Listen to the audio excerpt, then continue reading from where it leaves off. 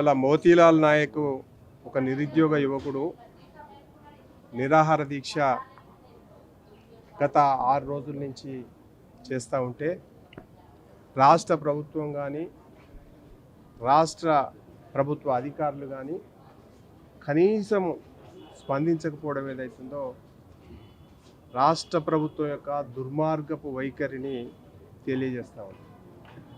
Congress party నిరుద్యోగులకు ఇచ్చినటువంటి హామీలన్నీ ఒట్టి నీటి మీది రాతల్లాగానే మిగిలిపోతాయని చెప్పేసి భారతీయ జనతా పార్టీ భావిస్తూ ఉంది. వాళ్ళు చేసినటువంటి డిమాండ్స్ కూడా నిరుద్యోగ యువకులు కానిపోని డిమాండ్స్ చేయలేదు. మీరు మేనిఫెస్టోలో పెట్టినటువంటి డిమాండ్స్ మాత్రమే అమలుపరచాలని చెప్పేసి డిమాండ్ చేస్తూ ఉన్నారు.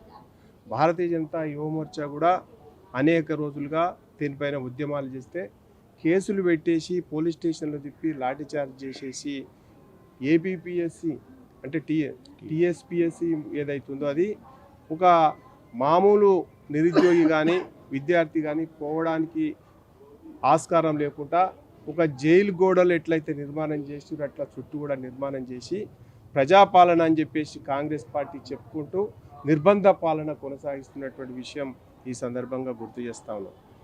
భారతీయ జనతా పార్టీ భారతీయ జనతా యువ మోర్చా డిమాండ్ చేస్తూ ఉంది. రాష్ట్ర ప్రభుత్వ అధికారులు కానీ రేవంత్ రెడ్డి ప్రభుత్వం కాంగ్రెస్ పార్టీ ప్రభుత్వం మేము ప్రజాపాలన ప్రజల వద్దకు పోతామంటున్నారు. ఒక నిరుద్యోగ యువకుడు ఇవాళ 6 రోజుల నుంచి నిరాదీక్ష చేసి ఆరోగ్యం క్షీణిస్తూ ఉంటే ఎవరు కూడా స్పందించకపోవడం ఏదైతుందో ఇది చాలా అన్యాయం.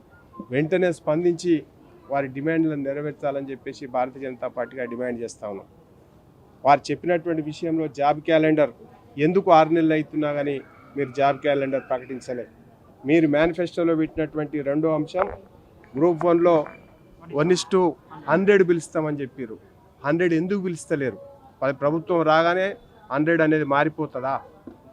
మీకు మాటలు మాట్లాడినటువంటి విషయాలు నిరుద్యోగులకు సంబంధించినటువంటి ఒక సభనే పెట్టారు కదా మీరు.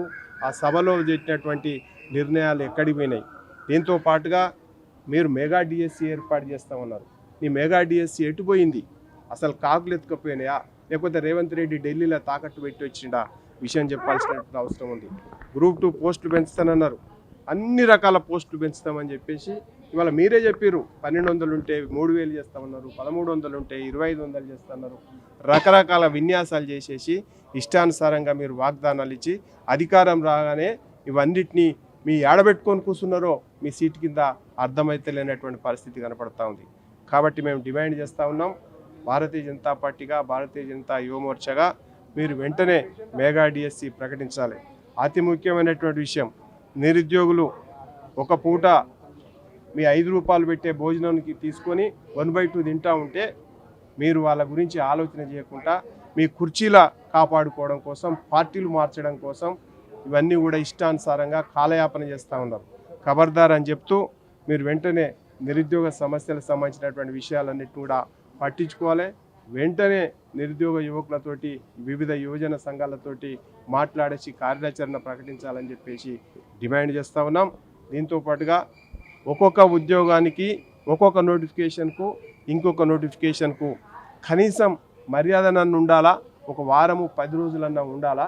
కానీ మొత్తం కూడా నీ ఇష్టానుసారంగా నువ్వు టీఎస్పీఎస్సీని వాడుకోవడం కోసం ఇవాళ వెంటనే ఇవాళ నోటిఫికేషన్స్ వేసేసి ఒక పరీక్షను ఇంకో పరీక్షకు ప్రిపేర్ కాకుండా ఇష్టానుసారంగా చేస్తూ ఉన్నాం.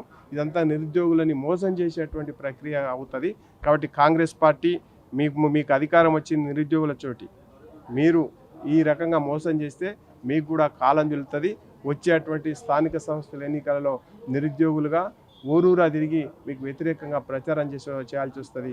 ఖబర్దారని హెచ్చరిస్తూ వెంటనే రాష్ట్ర ప్రభుత్వం కాంగ్రెస్ పార్టీ స్పందించి మోతీలాల్ నాయక్ని నిరాహార దీక్ష నుంచి విరమింపజేయాలని చెప్పేసి భారతీయ జనతా పార్టీగా డిమాండ్ చేస్తాను.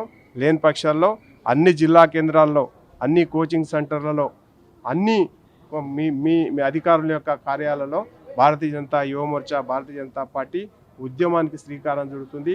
దాని తర్వాత ఏమైనా ఇబ్బందులు వస్తే దానికి బాధ్యత మీరే వహించాల్సి వస్తుందని చెప్పేసి రాష్ట్ర ప్రభుత్వాన్ని హెచ్చరిస్తా ఉన్నాం.